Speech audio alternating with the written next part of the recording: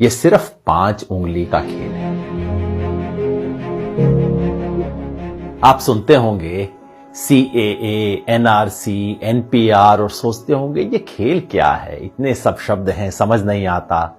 वैसे बड़ा साधारण सा खेल है। मैं आपको समझा देता हूं, ये सिर्फ 5 उंगली का खेल है। 5 उंगली की यात्रा समझ लीजिए, ध्यान से समझिएगा और फिर समझाइएगा भी दूसरों को। ये यात्रा शुरू होगी सबसे छोटी उंगली से।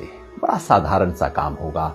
अप्रैल के महीने में आपके घर कोई आएगा, सरकारी कर्मचारी, हो सकता है स्कूल के टीचर कोई आए, कहेंगे हमें आपके घर सिर्फ गिनती करनी है कितने लोग रहते हैं। बस नाम पूछेंगे, कब पैदा हुए ये पूछेंगे, ये भी पूछेंगे कि आपके माता पिता चाहे हैं या नहीं है अभी, वो कहां पैदा हुए थे, कब पैदा हुए थे। आधार कार्ड का नंबर मांगेंगे, ड्राइविंग लाइसेंस मांगेंगे, कोई प्रमाण नहीं मांगेंगे। उस वक्त आपको लगेगा छोटा सा मामला है। ये छोटी उंगली का पहला कदम ये है NPR वाली छोटी सी उंगली। फिर दूसरी उंगली ये D वाली उंगली है। D क्यों? क्योंकि आपके घर से जब एक बार ले जाएंगे लिख के, उसके बाद तहसीलदार के दफ्तर में, किसी सरकारी दफ्तर के अंदर कुछ टाइम बाद, हो सकता है कुछ महीने बाद, चुपचाप से उस लिस्ट का मूल्यांकन किया जाएगा और कोई सरकारी कर्मचारी उस लिस्ट में कुछ नामों के आगे D लिख देगा। D का मतलब डाउटफुल, डाउटफुल का मतलब संदेहास्पद, जिस पर शक है। किस बात का शक है? कि ये भारत के नागरिक दरअसल हैं नहीं। भाई कैसे फैसला होगा? कानून में कहीं नहीं लिखा कैसे फैसला होगा। हो सकता है आप अपने माता पिता की आयु नहीं बता पाए हो, कहां पैदा हुए हैं नहीं बता पाए हो सकता है आधार कार्ड आपके नाम से इशू हो लेकिन आपके पास नंबर ना हो, कुछ भी हो सकता है। किसी भी आधार पे D लगा दिया जाएगा, आपको पता भी नहीं लगेगा, कोई आपसे पूछने भी नहीं आएगा और मामला तीसरी उंगली पर पहुंच जाएगा। ये तीसरी और बड़ी उंगली है, ये है NRC वाली उंगली। जिन लोगों के नाम के आगे D लगा होगा, समझ लीजिए आपके मोहल्ले में 500 लोग हैं, 1000 लोग हैं, उनमें से 50 के नाम के आगे D लग गया। उन 50 लोगों को चिट्ठी आएगी, पूरे परिवार में नहीं। हो सकता है परिवार में बहू को चिट्ठी आए, बेटे को ना आए, बाप के नाम चिट्ठी आए, पोते के नाम चिट्ठी ना आए। कुछ लोगों के नाम चिट्ठी आएगी और उन्हें कहा जाएगा, नोटिस दिया जाएगा, अब आप साबित कीजिए कि आप भारत के नागरिक हैं। कैसे साबित करेंगे? सरकार ने आज तक नहीं बताया। हमारे पास सिर्फ एक असम का उदाहरण है जहां पहले हुआ है NRC, और वहां क्या हुआ था? ना आधार कार्ड माना गया, ना राशन कार्ड माना गया, ना वोटर लिस्ट में नाम माना गया। कहा नहीं, ये सब नहीं चलेगा, आप प्रमाण लेके आइए कि आप कहां पैदा हुए थे। आज से 30 साल पहले वोटर लिस्ट में आपका नाम था कि नहीं था, पुरखों का नाम था कि नहीं था, कोई संपत्ति का प्रमाण पत्र लेके आइए।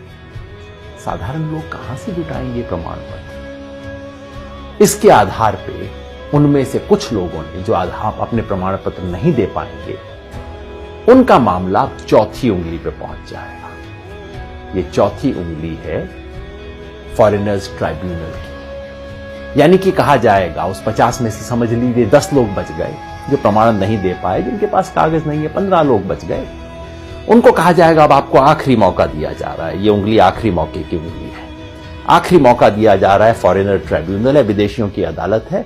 अब उसमें जाके आप साबित कीजिए कि आप विदेशी हैं कि नहीं। अगर मुसलमान हैं तब तो कोई चांस ही नहीं है, क्योंकि यहां अब CAA का खेल शुरू हो जाए। अगर मुसलमान हैं, आपको विदेशी माना गया है, तो अब आप तो विदेशी हैं ही हैं, चाहे आपके बाप दादा यहां पे 500 साल से 1000 साल से रहते आ रहे हैं। अगर मुसलमान नहीं भी हैं तो पता है क्या है, आपको ये साबित करना पड़ेगा कि आप बांग्लादेश, पाकिस्तान, अफगानिस्तान से आए। अब आप सोचिए, बिहार यूपी में रहने वाले लोग, नेपाल की तराई में रहने वाले लोग, श्रीलंका में रहने वाले लोग, श्रीलंका के पास तमिलनाडु में रहने वाले लोग कहां से साबित करेंगे भाई कि हम पाकिस्तान से आए, बांग्लादेश से आए, अफगानिस्तान से आए? फॉरेनर ट्राइब्यूनल में अगर साबित आप नहीं कर पाए, जो लोग भी साबित नहीं कर पाए, वो लोग विदेशी घोषित हो जाएंगे और मामला अब चौथी उंगली से अब अंगूठे पे पहुंच जाएगा, अंगूठे तले दबने वाला। ये है डिटेंशन सेंटर। डिटेंशन सेंटर का मतलब जेल, विदेशियों के लिए बनी हुई खास जेल। भारत सरकार इसके नियम बना चुकी है। डिटेंशन सेंटर असम में बन चुका है, कर्नाटका में काम करना शुरू कर चुका है, बाकी 10 राज्यों में बन रहे हैं डिटेंशन सेंटर।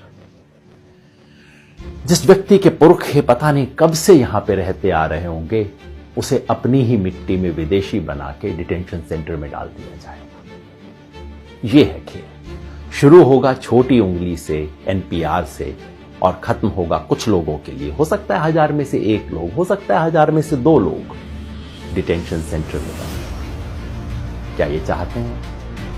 अगर नहीं चाहते तो इसे रोकने का एक ही तरीका है। ये 5 उंगली का खेल कैसे रुकेगा? जैसे ही पहली उंगली मोड़ने की कोशिश हो, आप 5 उंगलियां कर लीजिए बंद, मुट्ठी लीजिए कस और उठा दीजिए अपना हाथ। विरोध करना होगा, यानी कि जब पहली उंगली उठे एनपीआर वाली, एनपीआर का बायकॉट करना होगा। पूरे देश में जो नागरिकता संशोधन के बारे में आंदोलन चल रहे हैं, उन सब ने मिलकर कॉल दिया है। हम भारत के लोग, we the people of India, जो देश के 120 से ज्यादा संगठनों ने इकट्ठा होकर बनाया है, सब ने कहा है कि एनपीआर का बायकॉट करें। यानी कि जब आपके घर में कोई टीचर आए, कोई सरकारी कर्मचारी आए एनपीआर का डेटा लेने, प्यार से बात कीजिए, इससे बुरा बात करने की जरूरत नहीं। पानी पिलाइए, चाय पिलाइए, नमकीन भी खिलाइए।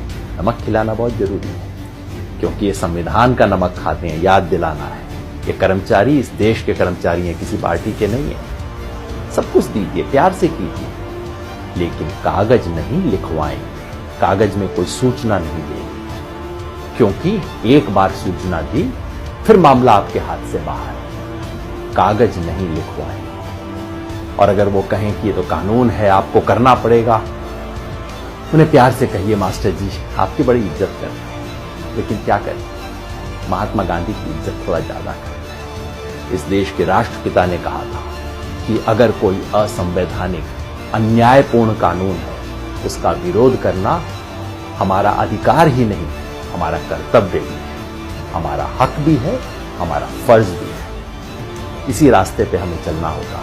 याद रखिए, हम संविधान बचाने निकले। एक हाथ में तिरंगा, दूसरे में संविधान, मन में अहिंसा और जन गण मन का गान। इसी रास्ते पे हमें चलना है। ये लड़ाई में हम लड़ेंगे और निश्चित जीतेंगे।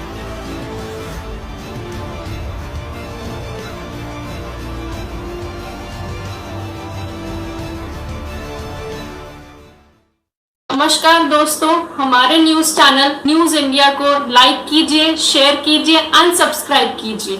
हम मिलेंगे फिर। धन्यवाद।